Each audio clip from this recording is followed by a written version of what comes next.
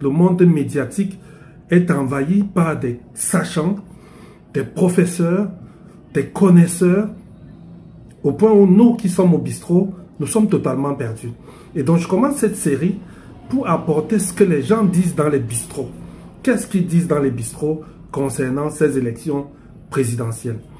Je ne devais pas commencer par cette série, mais la sortie des 13, la shortlist des 13 présélectionnés pour les présidentielles 2025 au Cameroun m'impose de commencer peut-être par présenter ces 13 très rapidement. Donc aujourd'hui, je vais parler de Tomano Hermine Patricia, épouse Ndam.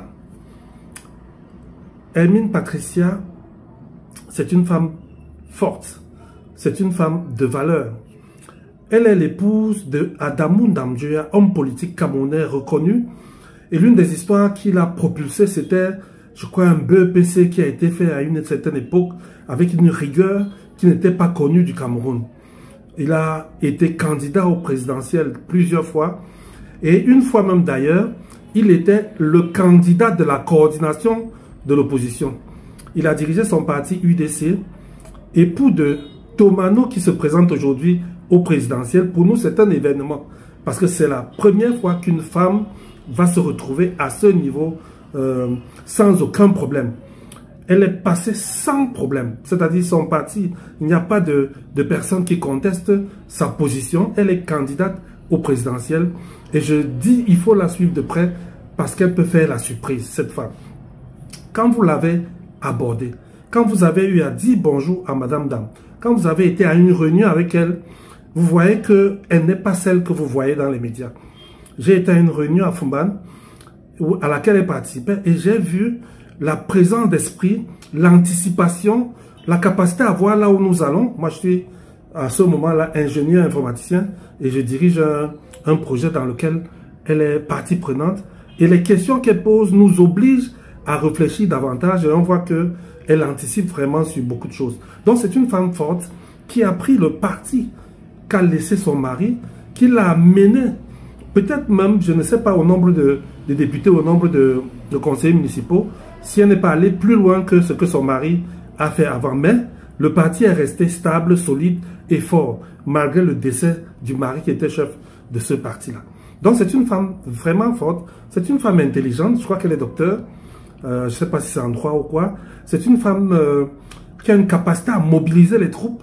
Elle a autour d'elle des gens de valeur. C'est vraiment une femme forte. Et l'une des surprises qu'elle me fait quand j'arrive à Fumban, c'est que je découvre qu'elle a mis à Fumban un centre multimédia.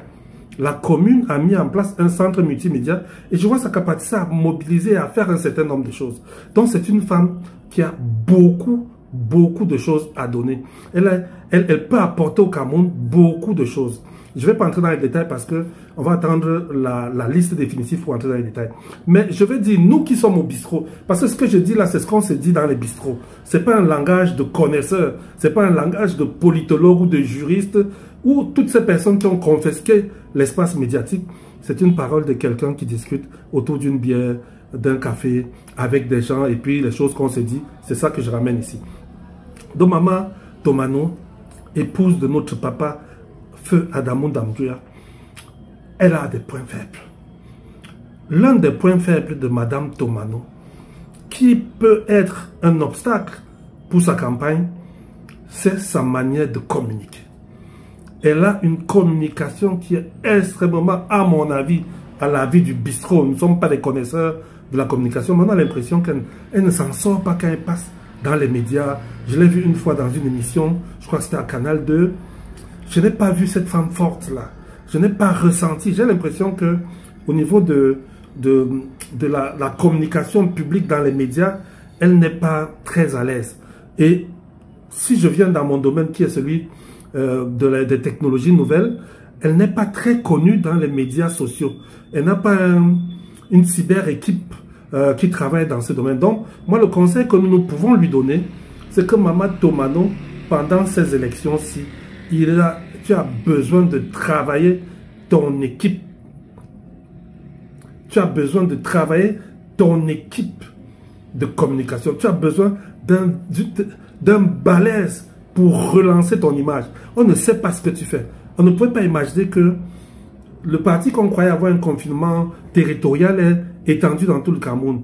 Pourquoi? Parce que tu n'as pas ce système de communication dans les réseaux sociaux, dans les médias. C'est vrai que je vois, je crois que c'est M. Adamo Koupit qui participe à des débats. C'est aussi quelqu'un d'assez à l'aise, d'assez... qui connaît quand même un minimum de choses. Quand il intervient, on voit quelqu'un qui sait de quoi il parle.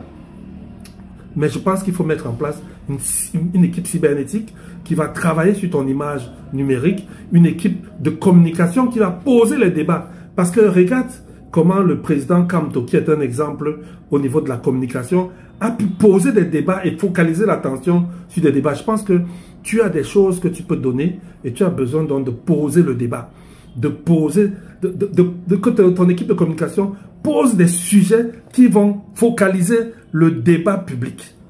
Je pense que c'est une des choses qui te manque et moi je suggère que ce soit une des parties où on communique, que vous recrutiez une équipe d'informaticiens pour bosser sur votre communication et concevoir votre plan de campagne. Voilà ce que nous disons dans les bistrots. Alors, cette présidentielle et cette, je vais appeler ça une émission, ce programme que je fais a deux grandes parties. Je parle de l'homme politique, mais en tant que coach conjugal, je suis Roger Fondi, conseiller et coach conjugal, je ramène tout à qu'est-ce que ça veut dire au niveau de la famille. Alors, quand je parle de Madame Tomano, femme forte du Noun, femme forte du Cameroun, une femme connue pour ses positions, je ramène ça à la famille. Et je disais tout à l'heure, famille, héritage. Madame Tomano est la femme d'Adamo Ndambuya. Elle a continué l'œuvre de son mari. Et aujourd'hui, à moins que je me trompe, je n'ai pas entendu quelqu'un dire qu'elle s'est écartée de la ligne de son mari, qu'elle fait des choses qu'elle n'aurait pas dû faire, que son mari n'aurait pas fait. J'ai l'impression qu'il y a une vision qui conduit ce qui est en train d'être fait. Et en tant que coach conjugal, je vais te poser la question à toi qui regarde cette vidéo. Ton couple a-t-il une vision?